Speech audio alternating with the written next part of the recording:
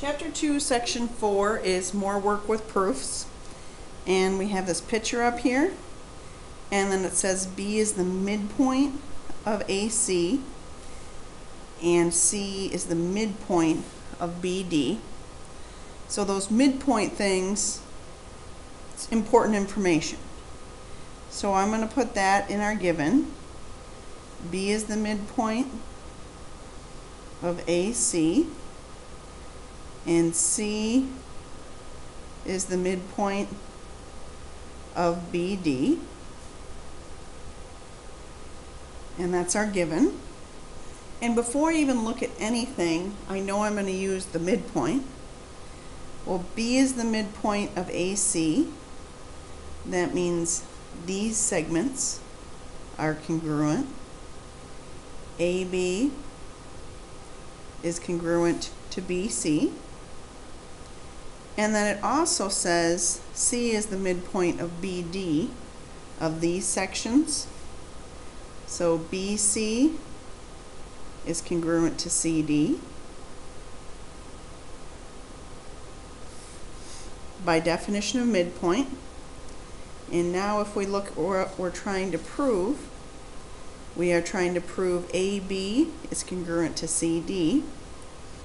Well, AB is congruent to BC. BC is congruent to CD. So we can say AB is congruent to CD by substitution. Example 2, we are given angle 1 plus angle 2 equals angle 4.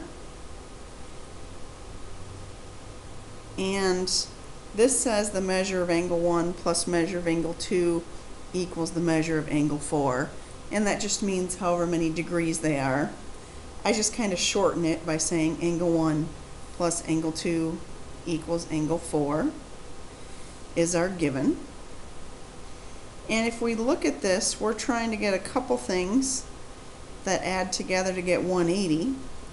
And we don't have any nice definition in our given to help us, so we need to look at our picture and come up with something that adds to 180. Well, these two angles right here are a linear pair. So angle 3 plus angle 4 equals 180 by the linear pair theorem.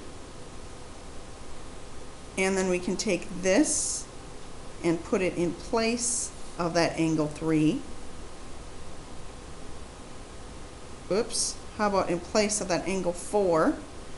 It didn't seem right. Since that equals angle 4, we'll put it in place of that angle 4. And you will have angle 1. Oh my goodness. This goes in place of angle 4. You will have angle 3 plus angle 1 plus angle 2. This is where it goes in place of angle 4 equals 180 degrees. And when you put something in place of another thing, it is substitution. In our next one, we are given angle 2 is congruent to angle 4 is our given. And we don't have any nice midpoint, any kind of words as hints in our given. So we need to look at our picture. And we're trying to come up with a bunch of things that are equal. Well, here we can say angle 4 and 3 are equal. And here we can say 2 and 1 are equal or congruent. And these angles that are across from each other are called vertical angles. So we got 4 congruent to 3, 2 congruent to 1. Well, we already knew that 2 was congruent to 4.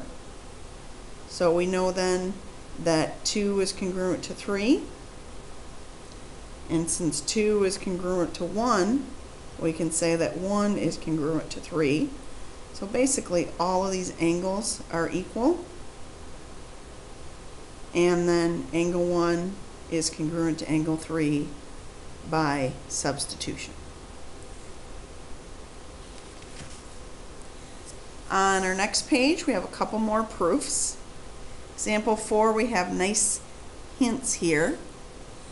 That word bisect is there for a reason. You're going to do something with it.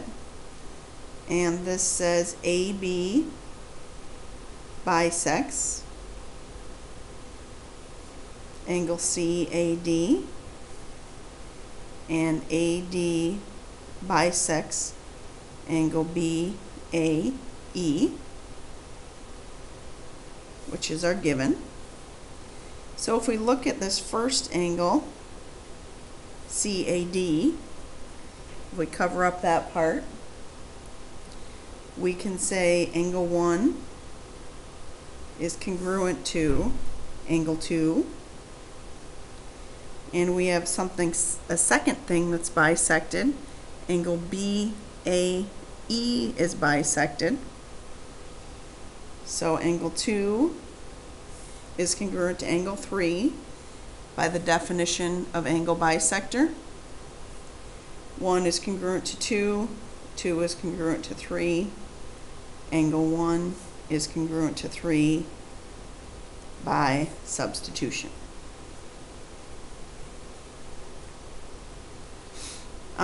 Our next one, we are given 2 is congruent to 4. So this angle right here is congruent to that angle right there. And our goal is to get 1 congruent to 3.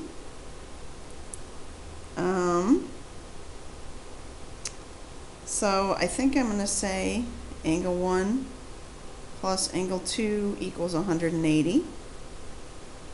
And angle 3 plus angle 4 equals 180.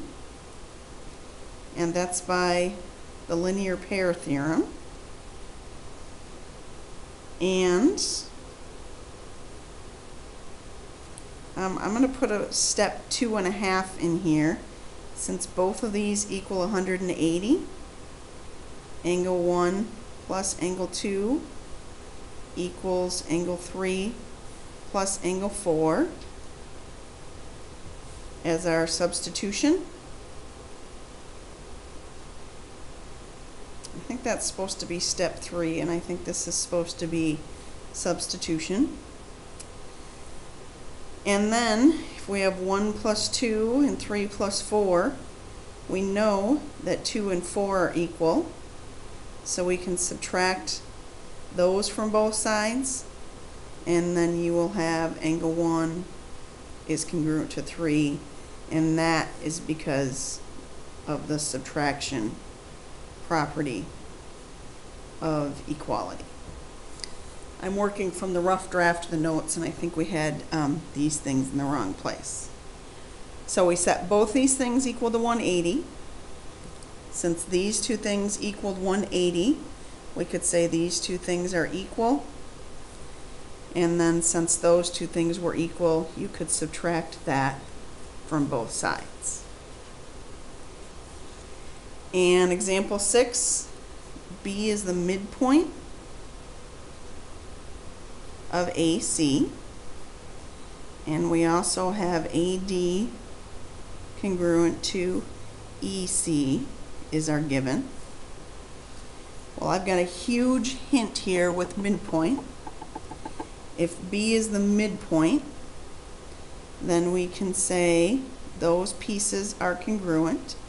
AB is congruent to BC by the definition of midpoint. And then we will say AD plus DB equals AB. So this piece plus that piece equals the whole thing. And also BE plus EC equals BC. So this piece plus that piece equals the whole thing.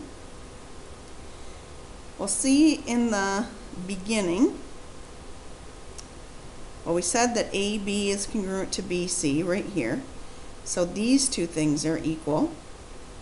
So we can say that AD plus DB is equal to BE plus EC. Since these two were equal, we said that these two were equal. And that will be substitution.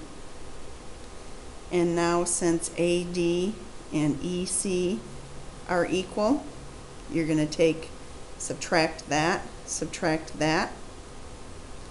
and then you will have DB congruent to BE, and that is by the subtraction property of equality.